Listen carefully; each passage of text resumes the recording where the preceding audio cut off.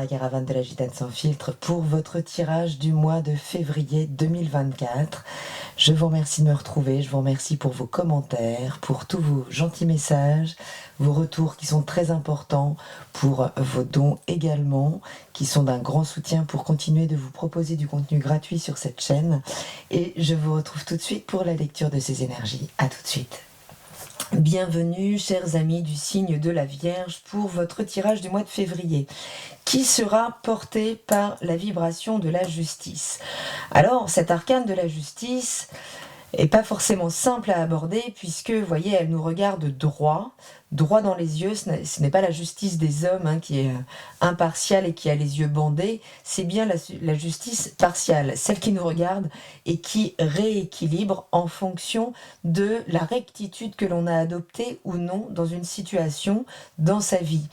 Donc cette carte de la justice, finalement, elle demande assez peu notre intervention, puisqu'elle rééquilibre les choses.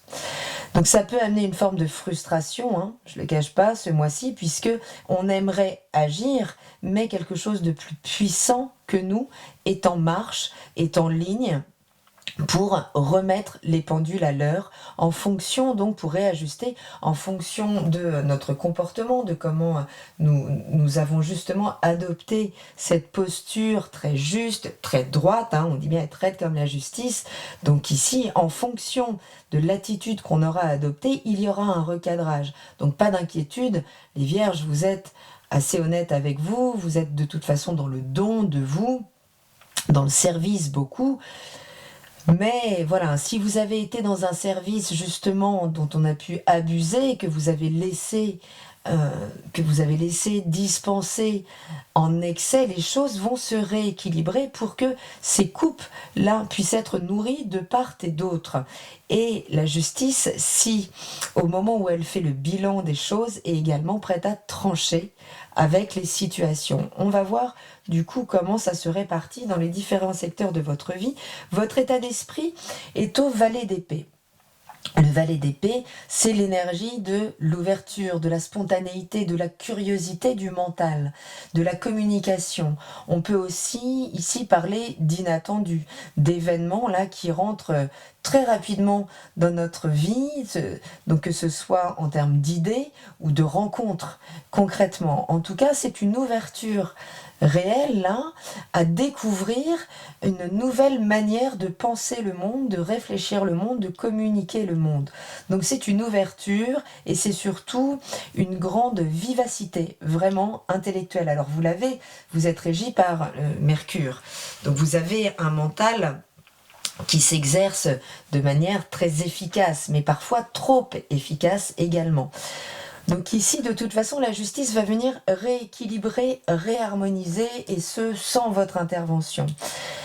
Donc ce valet d'épée parle de cette posture de grande ouverture, de disponibilité, d'échange, de nouvelles rencontres, de nouvelles idées, d'être à même d'avoir une analyse très rapide des situations, de voir, mais quand même de céder à des nouveautés qui pourraient rentrer et concrètement donc se matérialiser par de nouvelles rencontres. Ce qui vient s'opposer, ce qui vient faire obstacle donc à cette grande ouverture, c'est le 2 d'épée. Le 2 d'épée peut nous parler de contradiction. Ici, il s'agit finalement d'avoir du mal à poser son idée, son point de vue, sa communication de manière efficace. On peut hésiter, changer d'avis assez vite ou être face à quelqu'un qui finalement ne laisse pas assez la place à notre nouvelle manière de penser et oppose une résistance. Mais ce 2 d'épée peut aussi nous parler d'informations cachées, de secrets là qui pourraient être découverts ce mois-ci.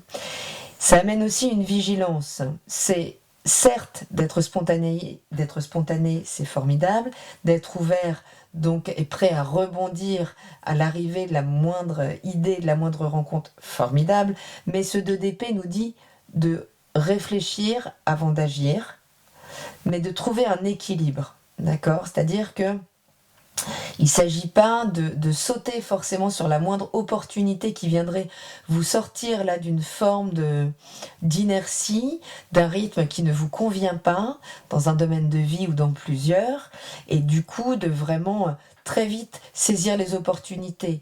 Non, ce 2 d'épée nous dit qu'il est bon quand même de mesurer les choses, mais pas au point de créer l'inertie. Vous voyez, il y a un équilibre. Avec cette justice, de toute façon, les énergies vont être à équilibrer.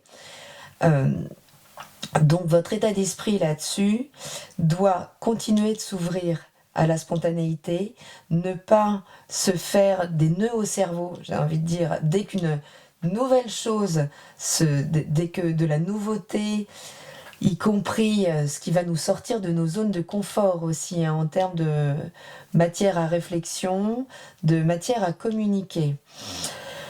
Donc voilà, l'idée c'est de réfléchir avant d'agir, mais pas trop, de ne pas vous bloquer, de rester vraiment dans cette spontanéité. Au niveau de la dimension affective et émotionnelle, ce qui joue pour vous, c'est votre grande aptitude avec cet arcane majeur du hiérophante, c'est votre grande aptitude à voir jusqu'au moindre détail des choses.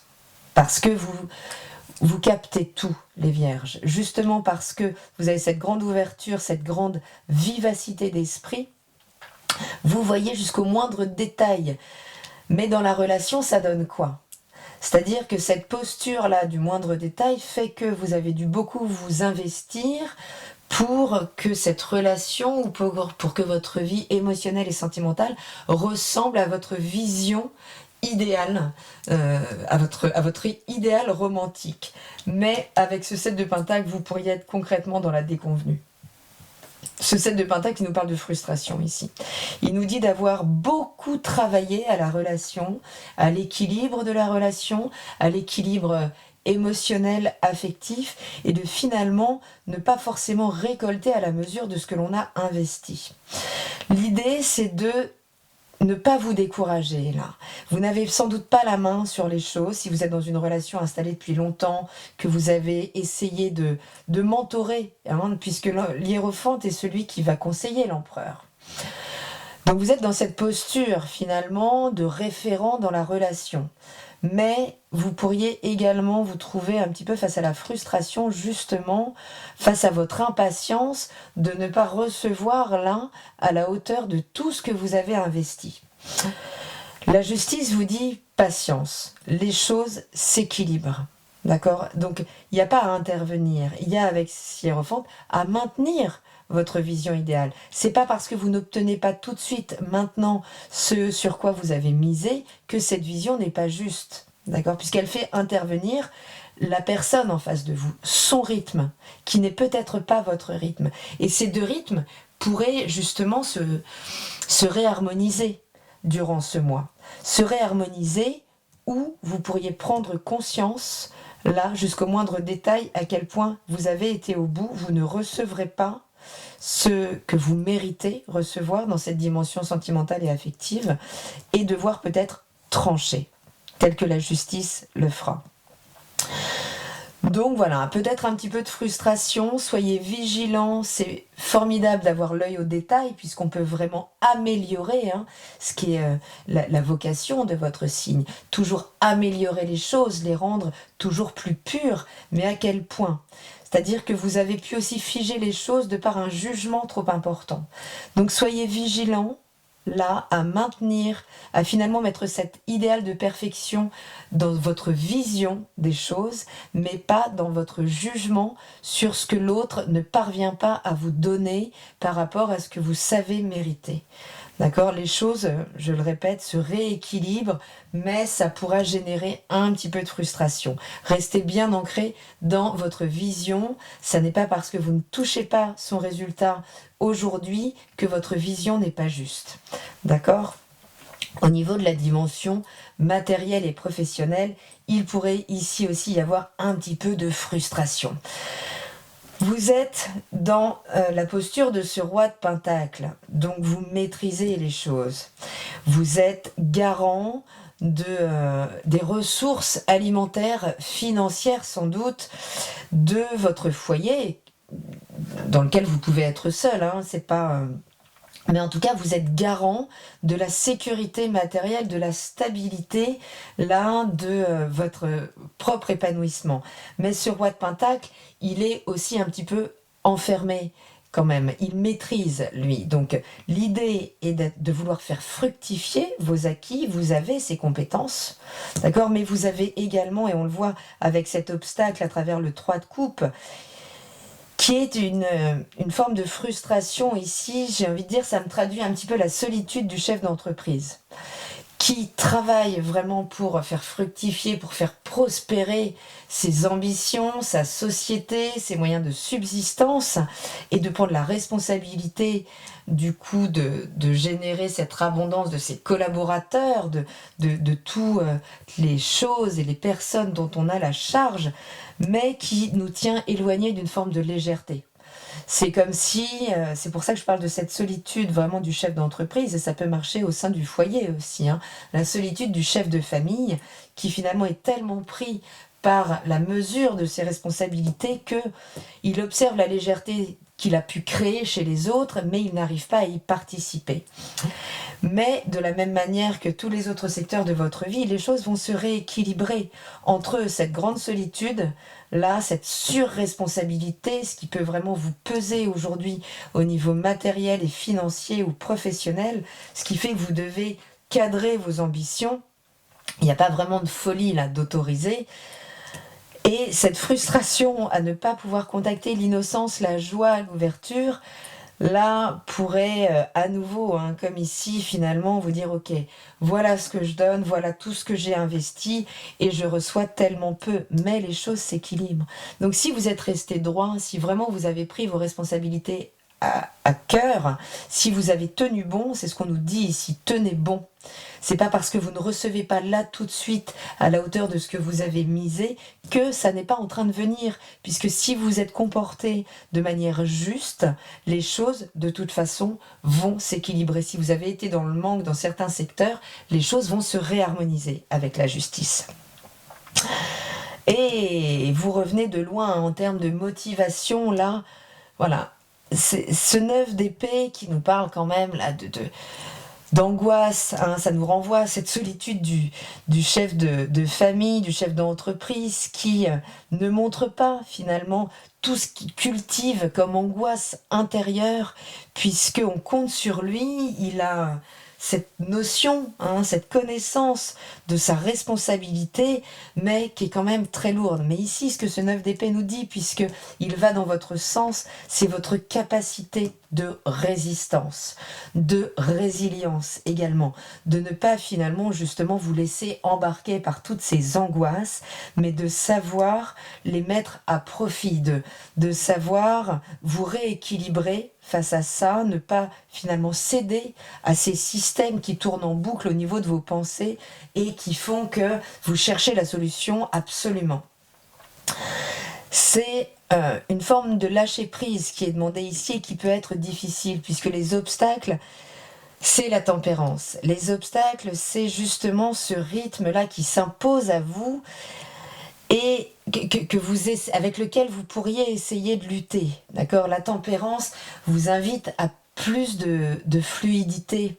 Et c'est une fluidité qui est difficile. Il y a quelque chose de rigide avec cette énergie-là de la justice, avec cette stature que vous devez maintenir et qui ne vous permet pas d'accéder justement à cette légèreté, à cette cool attitude, j'ai envie de dire, parce que la tempérance, c'est la cool attitude. Donc cette cool attitude pourrait vous exaspérer aussi si vous vous rendez compte là que finalement ces angoisses là ne sont pas nourries par vos propres systèmes, par vos propres habitudes et actions, mais plutôt par l'inconséquence de l'autre. Et vous pourriez prendre conscience de ça et ça pourrait finalement peut-être vous détendre par rapport à vos angoisses, vous déresponsabiliser un petit peu par rapport à toutes ces responsabilités en disant j'ai beau faire au maximum, tant que je m'entoure de personnes inconstantes, inconsistantes, qui finalement oscillent et ont du mal à ancrer leurs actions dans le temps, à s'engager dans le temps, ou en tout cas à me soutenir, je ne peux pas y arriver. Mais c'est voilà, prendre conscience que vous n'êtes pas à la base de ces angoisses, vous n'avez pas à vous culpabiliser de ça. Et les choses de la même manière vont se rétablir là-dessus. C'est-à-dire que vous n'aurez peut-être même pas à verbaliser ça.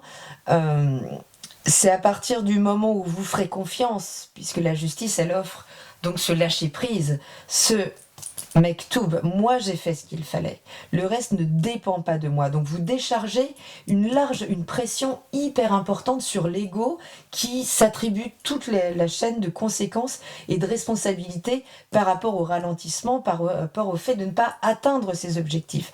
Là on vous dit non, non, vous n'êtes pas uniquement responsable de ça, vous êtes peut-être responsable d'avoir trop pris en charge l'autre, d'avoir trop assuré une forme de parentalité, de double droiture, quand l'autre n'est pas capable de se prendre en charge par rapport à ça. Et là, les choses devraient se rééquilibrer. Peut-être que vos collaborateurs ou votre partenaire, là, lui sera confronté à sa propre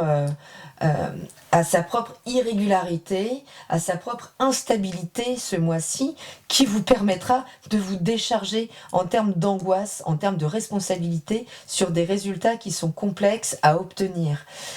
Donc voilà, invitation ce mois-ci à faire confiance en une forme de justice divine, hein, que les choses ne sont pas complètement sous votre contrôle, de garder cette stature qui est la vôtre, qui est responsable, d'accord, mais qui fait que vous serez déchargé sans doute ces mois-ci de la responsabilité de l'autre, de pouvoir comprendre que vous ne portez pas tout sur vos épaules, qu'il y a des choses qui vous dépassent et qui vous pourrez le palper sans doute ce mois-ci, se rééquilibrer, d'accord. Donc ça peut être là un petit peu complexe à manœuvrer, puisque ça peut amener des frustrations, hein. Je rappelle, il peut y avoir un sentiment de solitude ici, mais si vous restez droit dans vos bottes, mais vis-à-vis de vous, si vous ne donnez pas en excès, c'est vraiment ce rapport ce mois-ci entre don de soi et sacrifice de soi. Si vous êtes trop sacrifié dans la relation, qu'elle soit émotionnelle, professionnelle, si vous êtes trop sacrifié, vous allez être recadré aussi. D'accord ? Pour que ce soit plus juste pour vous, que cette répartition de votre énergie soit plus juste. Donc, ne lâchez rien. Maintenez le cap, restez droit dans vos bottes, les choses se rééquilibrent pour plus d'équité dans votre vie, pour que vous puissiez, vous aussi, recevoir à la mesure de ce que vous donnez, les Vierges. Je vous souhaite un très beau mois de février, je vous embrasse, faites confiance, et je vous dis à très bientôt dans la caravane de la Gitane sans filtre. Salut!